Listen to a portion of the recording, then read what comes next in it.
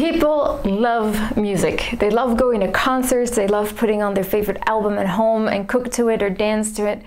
They just love spending time with music until they live in the same building with a musician. Today we're going to talk about another sneaky stress builder during your music practice, and that's neighbors and what could happen, what we can maybe do about it to help it out, and let's see what we discover. See you on the inside.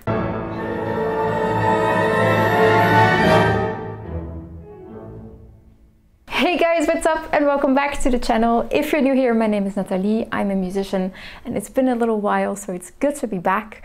We're diving headfirst into maybe a bit of a tricky subject, and that is the relationship between a musician and their neighbors. I believe this is a problem, or it could not be a problem, for many of us, and the denser we're about to live, the worse this is going to become. So let's see what some of the findings are and what we can do to maybe help the relationship between the two. As a musician, you're facing two paradoxes. First, you want to be in a place where you can play music during the day without disturbing anyone. But your workplace is going to be a concert hall or a venue or places where people can gather, which means a city. So we basically want to live on the countryside, but if we want to avoid having to drive hours before we get to our working space, we need to live in the city. So that's the first thing that we're facing. And then secondly, this huge misunderstanding between the life that people imagine is being a musician and the life that it actually is. Because many people assume that being a musician means you get to chill all day and then you just show up for your gig and you play an awesome gig. I mean, that would be great, but that's a dream reality. If you're a musician, you know all too well how much practice and discipline and daily, technique and just, dare I say, sacrifice goes into being a performing artist. It just requires daily, long hours of working. So yeah, we have a normal working day, which means 8 hours of work on average, and then we play the gigs in the evening. But imagine living in a dense building and playing music for 8 hours a day, and then having maybe a couple of neighbors that work from home. You can see the potential problem there. So let's see what we could do to maybe lessen the strain on the relationship between the neighbor and the musician. Sorry for the change in audio, my camera was about to die, and if I leave the microphone in, then there's a huge buzz, so that's why. So this is a problem that I suspect is only going to get worse over time, especially the denser we're about to live. The more we're going to encounter these things. And that's also the reason why I wanted to make this video, is to open the conversation. And if you have stories or suggestions or whatever, please let them know in the comments below. Let's open up the conversation and learn from each other, and hopefully also see, things in perspective.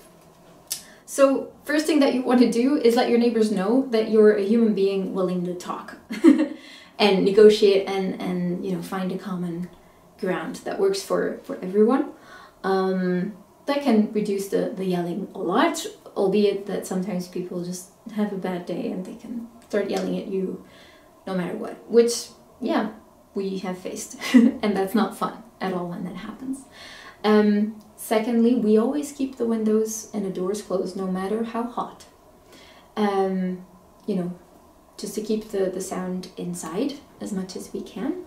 My future father-in-law is also an awesome person who built me coasters that are under the piano that keep the piano lifted from the ground so that the vibrations don't go directly to our downstairs neighbor, which is awesome. Thank you so much for doing that. You can obviously buy these things, but this was a Christmas present, and it's handmade. It's awesome. So that can be a thing that works well for you. An electronic alternative obviously helps a lot. For me especially, because everything, from stress that builds in, I feel everything very, very much.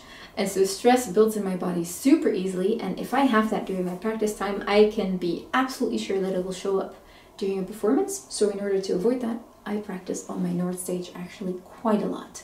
Way more than I practice on the grand piano, even though, of course, I would love to practice on my grand piano more. But you know, this is one of the solutions that we found to make things bearable for everyone. Of course, you can always rent a space to go and practice your music, but as you know, that can get really, really expensive very quickly, especially remembering, you know, the normal workday. You know, not many musicians have to practice 8 hours each day, but, you know, as a classical musician, the average is around 6. And so imagine having to rent a space 6 hours a day for each day of the week. Each day, yeah, we don't take breaks. We go Monday to Sunday. So yeah, that can get very expensive very quickly. So maybe you have cool friends, cool people in your network that can offer a space where you can go practice maybe once a week, maybe twice a week, who knows, for an amount of time where you can just, you know, go. And maybe you teach in a music school and you could practice there if there are no classes given during that time. That can also be a solution. But yeah, I am curious as to your experiences, and please leave comments below and let's open up the conversation and make this known to everyone, and maybe we can find a common solution. Maybe for new buildings they can just put isolation in directly. And that would be very nice, because that's also a really expensive little thing. Although I've heard from musicians that bought a house that had neighbors who didn't appreciate music all that much, that these neighbors chipped in on the cost for the isolation. So you can have really, really cool people, and in that, you know, when that happens, there's usually no problem. But yeah, we lose maybe a bit of empathy and patience over time, and it can get tricky. So that was my vlog for today. It wasn't as upbeat as I usually try to be, but that's also the nature of the problem, and the goal of this vlog was really just to open up the conversation. So I hope it was useful to you. Maybe you have some extra suggestions or stories that you want to share, by all means do so. If you like the channel and if you want to support it, maybe you can consider becoming a patron. If you do, then that would be really awesome. Oh, the kitty cat just jumped on the piano. And I will see you again very soon. Hi, Evie. You wanna? Yay! There she is. Hi, sweetie. This is Evie. Over and out. Have a great day.